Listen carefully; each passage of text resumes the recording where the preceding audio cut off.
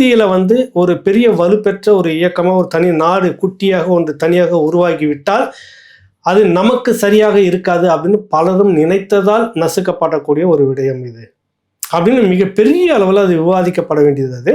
அது ஒரு எழுதுறாருன்னு தெரிஞ்சு அவர்கிட்ட போய் வைக்கிறப்ப அது சம்மந்தமாக எடுக்கும்போது அப்பவே சொன்னாரு, விலை போனவர்கள் பதவிக்காகவும் பணத்திற்காகவும் விலை போனவர்கள் இங்கே அதிகாரத்தில் இருக்கும்போது இப்படித்தான் நடக்கும். ஏன்னா நூற்றுக்கணக்கானவர்கள் நூற்றுக்கணக்கான இடத்துல இங்கும் அங்குமாக சிதறி போராடி கொண்டிருக்கிறார்கள். ஒரு இன உணர்வு உள்ள ஒரு தலைவன், இந்த இனத்துக்காக இருக்கக்கூடிய தலைவன் இதெல்லாம் ஆர்கனைஸ் பண்ணி மிக பெரும் போராட்டமாக முன்னெடுக்க வேண்டுமா, நசுக்க வேண்டுமா, பிரிக்க வேண்டுமா, உடைக்க வேண்டுமா என்ற கேள்வி அவருக்கு இருக்கிறது. அப்போ அதுக்கு முந்தின மாதத்தில் டிசம்பரில், அதுக்கு முன்னாடி செப்டம்பர் கிட்ட வந்து கருணாநிதி போர் நிறுத்தவில்லை, இலங்கைக்கு இந்திய அரசு அழுத்தம் கொடுக்க வேண்டும், அது கொடுக்கவில்லை என்றால் நாங்கள் தமிழக நாடாளுமன்ற உறுப்பினர்களை ராஜினாமா பண்ணுவோம்னு சொல்லிட்டு பேசி கனிமொழி கிட்ட கடிதமும் வாங்குறாரு, ராஜினாமா கடிதத்தை வாங்குறாரு.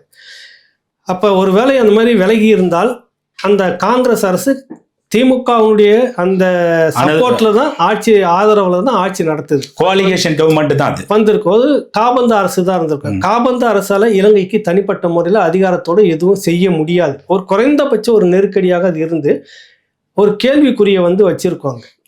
இலங்கைக்கு சில உயிர்களையாச்சும் கொஞ்சாயிரம் உயிர்களையாச்சும் காப்பாற்ற முடியும், 1,00,000 போரை நிறுத்தி இருக்க முடியும்ன்றாரு அவர். அப்ப கருணாநிதிக்கு வெளிப்படையாக அந்த மேடையில சொல்றாரு, கருணாநிதி அவர்களே எனக்கு இப்ப எந்த கட்சியும் இல்லை. அவர் 2008 டிசம்பர்ல அந்த புத்தக வெளியீட்டு விழாவில் சொல்றாரு, அவர் இப்ப அதிமுகவில் இல்லை, விலகி இருந்துட்டாரு, வயசாயிடுச்சு, எனக்கு எந்த கட்சியும் இல்லை, எனக்கு ஒரே கட்சி அந்த மண் விடுதலை என்பது என் தம்பி, அதான் சொல்றாரு.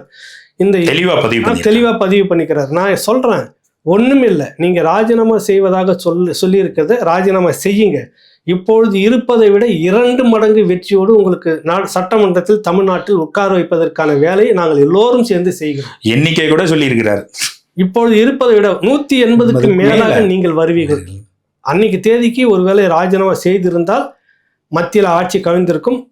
ஆட்சி கவிழ்ந்த பிற்பாடு இலங்கைக்கு உதவிக்காரன் நீட்டி இருக்கிறதுல பழைய சுதந்திர முறை இருக்காது. எதிர்கட்சியில் எல்லாருமே கேள்வி கேட்பாங்க, நாமளும் துணிச்சலாக கேள்வி கேட்கலாம். இருக்கக்கூடிய மொத்த நாடாளுமன்ற உறுப்பினருக்குமே அங்கே நிறுத்திட்டு போராட்டமும் பண்ணியிருக்கலாம். அது பயப்படுற ஒரு சூழ்நிலை மாறி இருக்கும். செய்யுங்க, அடுத்த முறை 2 மடங்காக உங்களை இங்கே வெற்றி பெற வைக்கிறோம். அதுதான் நடக்குங்க. ஏன்னா அன்னைக்கு அந்த நேரத்தில் வந்து சோனியா காந்தி மட்டும் அதை செய்திருந்தாங்கன்னா கருணாநிதி நம்ம எல்லாம் தூக்கி கொண்டாடி இருப்போம்.